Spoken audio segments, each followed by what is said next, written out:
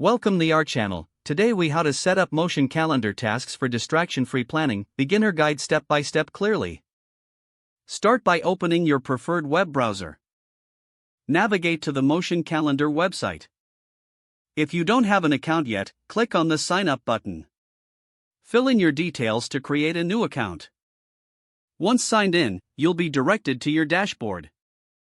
Familiarize yourself with the layout of the motion calendar.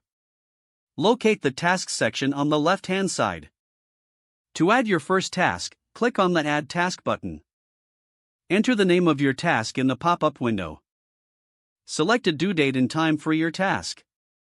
Adjust the task duration if necessary. One of the key features is setting priorities. Assign a priority level by clicking on the Priority drop-down menu. Next, categorize the task if you wish, using tags. Tags can help group similar tasks together for better organization. You can also set reminders for each task. Choose how far in advance you would like to be notified.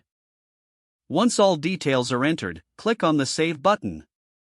Your task will now appear on your motion calendar.